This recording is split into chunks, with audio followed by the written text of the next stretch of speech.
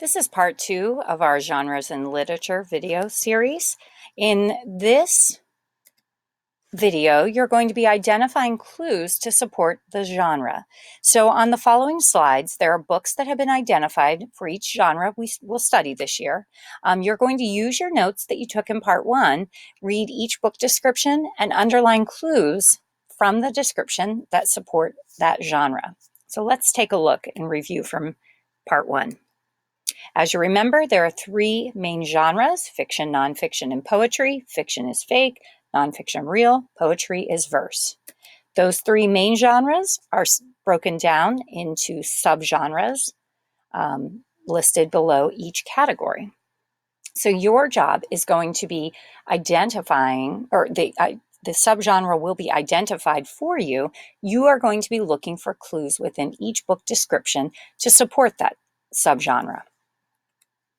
So let's take a look at our first example. For each of these examples, you're going to pause the video, read the description, write down on your notes page, or underline on your notes page, clues from the description, 2 or 3 different clues that support the example that's given. So for instance, the first book is Crash by Jerry Spinelli. We've identified it as a realistic fiction example. You're going to pause the video, read the description. On your notes page, you're going to underline the clues in the description that you think support that it is realistic fiction, and then you'll start the video back up to see some clues that I've found within this. So when you're ready, go ahead and pause the video and begin. So I hope you found some clues. I've highlighted in yellow some clues that I found in this description to support that it's realistic fiction, such as this is a book about a friendship, a surly 7th grader, Crash is bullying Penn. So again, you might have something different, but I think all of these show that it's a realistic fiction story or something that is believable. Let's look at the next one. The next example is historical fiction. This is The Watsons Go to Birmingham by Christopher Paul Curtis. Go ahead, pause the video, read the description, and underline clues. Did you find some good clues? Well, here's the main ones I found. So for it to be historical fiction, it's got to be a story that takes place in the past. It could be about real people, real events. And this one, I've highlighted that it's in 1963, and the family is headed right toward one of the darkest moments in American history. This is about the civil rights. So again, you might have found some other clues, but I think the key here is when this story takes place, and it's also happening in a time in history. Let's look at the next example. We've got a science fiction example. This is A Wrinkle in Time, and you're going to go ahead, pause the video, read the description, and find clues to support that this would be science fiction. Okay, so some clues that I found in this description is unearthly stranger experimenting with time travel. They're going to be searching through space for their father. So we've got time travel, we've got things happening in space, an unearthly stranger. This one seems to fit the science fiction category. Our next example is a fantasy example, and we've got Percy Jackson by Rick Riordan. And you're going to find elements from this description that support the fantasy category. Go ahead and pause the video. Some examples that I've found in here is the teacher turning into a monster. Best friend is half human, half goat. Percy finds himself at the center of a fierce battle between Poseidon, Zeus, and Hades. All of these things are not things that can happen. We've got mythical characters such as Poseidon, Zeus, and Hades. A friend that's half human, half goat. The teacher becomes a monster. Those things don't exist, so this is an example of fantasy. Let's check out our next example. This one's a mystery example, and we've got Chasing Vermeer. Go ahead, pause the video, and look for clues that support that this is a mystery. Okay, in this book, remember, mysteries could be about crimes or unsolved or unknown things happening. So we've got unexplainable occurrences. Petra and Calder are drawn clue by clue into a mysterious labyrinth.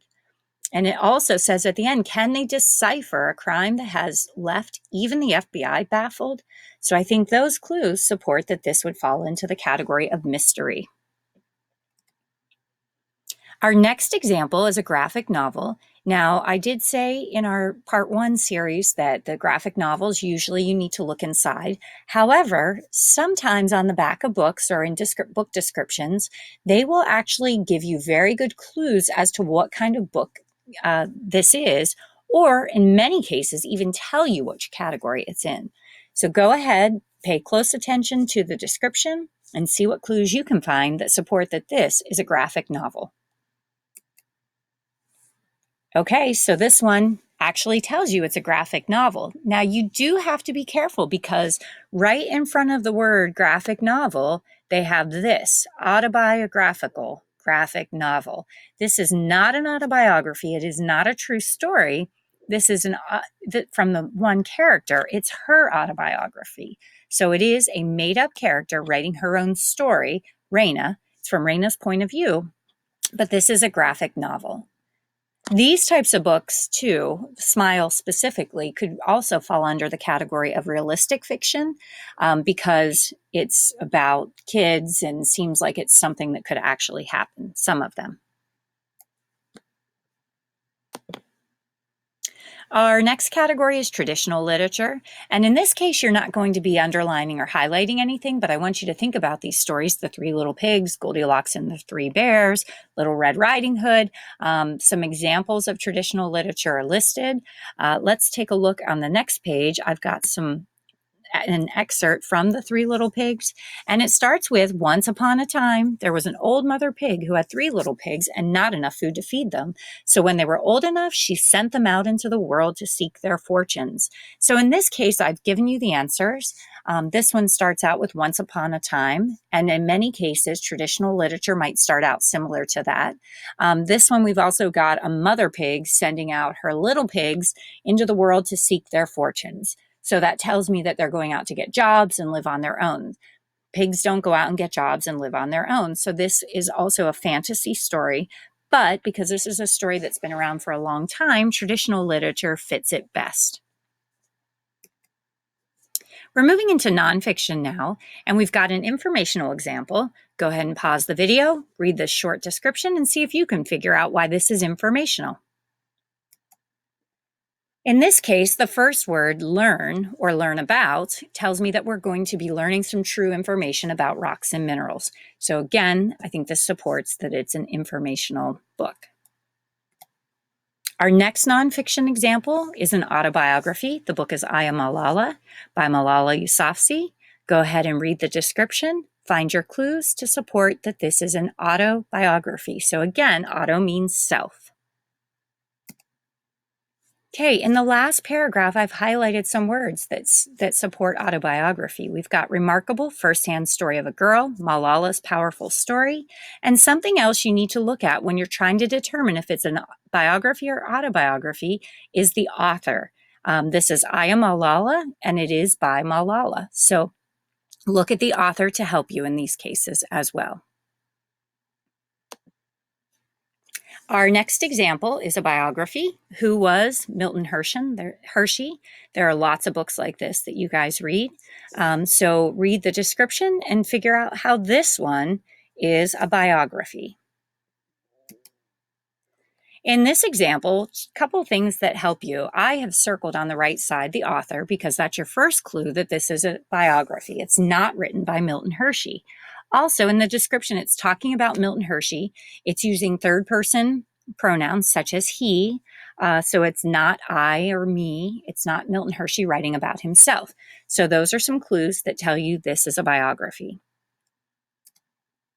Your last example is the crossover. This is an example of poetry. Again, go ahead and read the description and find your clues. Some clues here are that we've got some rhyming words, hot and shot, and it also says a novel in verse. I hope you did a nice job with this. When you're ready, you're going to begin part 3 of this series.